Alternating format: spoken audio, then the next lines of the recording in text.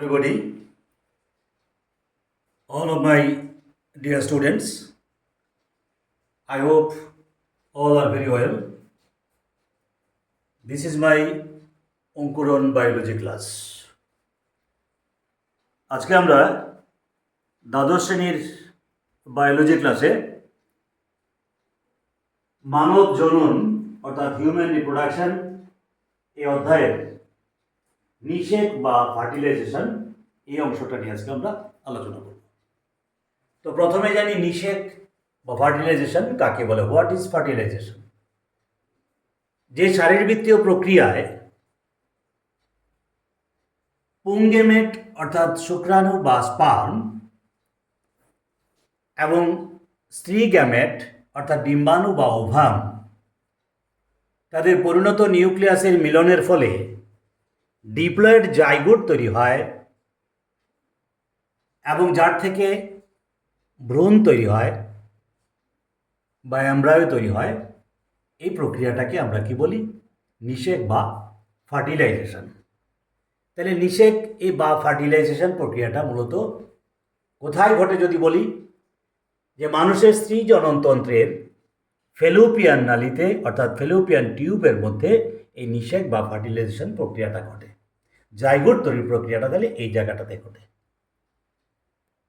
তাহলে আমরা একটা জিনিস পরিষ্কার বুঝলাম যে নিষেক বা ফার্টিলাইজেশন প্রক্রিয়ার জন্য দু ধরনের গ্যামেটের প্রয়োজন হয়, অর্থাৎ মেল গ্যামেট অর্থাৎ স্পার্ম এবং ফিমেল গ্যামেট অর্থাৎ ওভাম। তো এখানে আমরা মেল গ্যামেট অর্থাৎ স্পার্ম এবং ফিমেল গ্যামেট অর্থাৎ ওভাম তাদের চিত্রের সাহায্যে আমরা দেখিয়ে দিয়েছি। গত ক্লাসে আমরা এগুলি পড়েছি, যে এগুলি সম্পর্কে বিস্তারিত আলোচনা করেছি আমরা। তো এই ক্ষেত্রে দেখো, স্পার্মের ক্ষেত্রে উপরের অংশটাকে মস্তক বা হেড বলা হয়, নেক, বডি এবং টেল। এই যে টেল বা পুচ্ছ থাকায় এই স্পার্ম বা শুক্রাণুটা গমনে সক্ষম।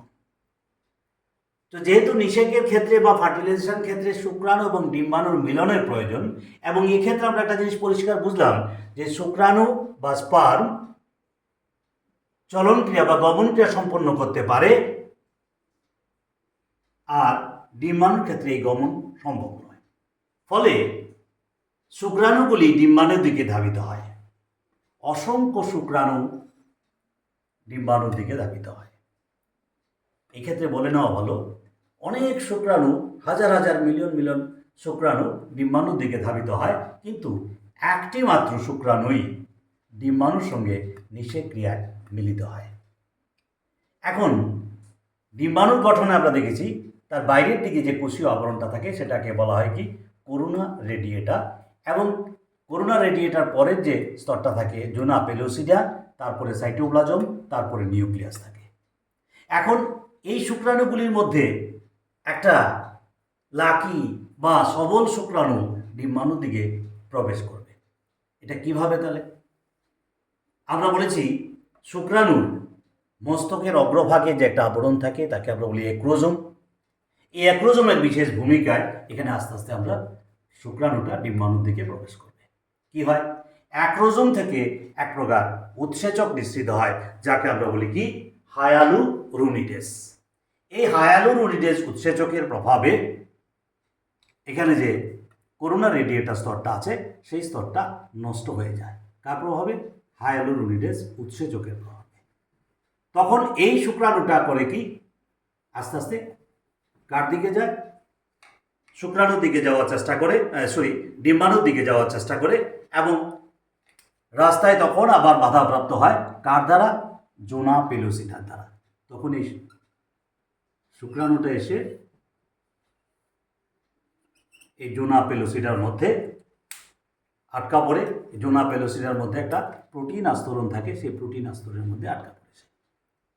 আবারও এই অ্যাক্রোজোম থেকে হায়ালুরোনিডেস উৎসেচক নিঃসৃত হয়।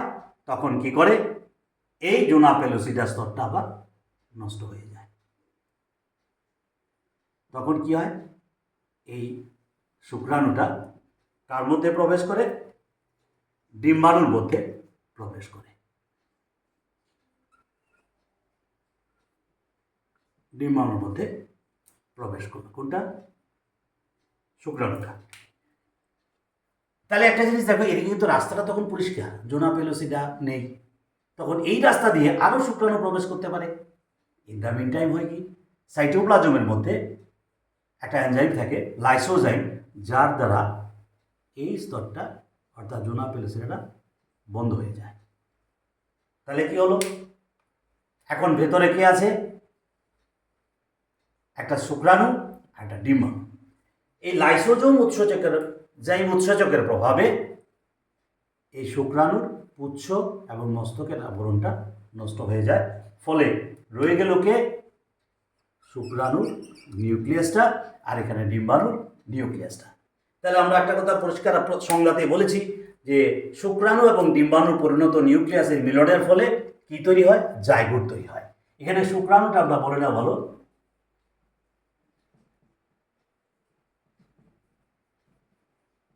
শুক্রাণু হ্যাপ্লয়েড এবং ডিম্বাণু হ্যাপ্লয়েড এই দুইয়ের মিলনে জাইগোট তৈরি হয়, জাইগোটটা 2n। তাহলে শুক্রাণু এবং ডিম্বাণুর মিলনে ডিপ্লয়েড জাইগোট তৈরির যে প্রক্রিয়াটা, এটাকে আমরা বলি কি? নিষেক। তাহলে পরিষ্কার বুঝলাম, নিষেক প্রক্রিয়াটার জন্য দু ধরনের গ্যামেট প্রয়োজন হয়, শুক্রাণু এবং ডিম্বাণু, স্পার্ম এবং ওভাম। তাহলে আশা করি বুঝতে কোনো অসুবিধা হয়নি। এই চিত্রের মাধ্যমে এভাবে পড়ার চেষ্টা করবে, তাহলেই বিষয়টাকে খুব সুন্দরভাবে বুঝতে পারবে। আজকে আমরা এখানে রাখছি।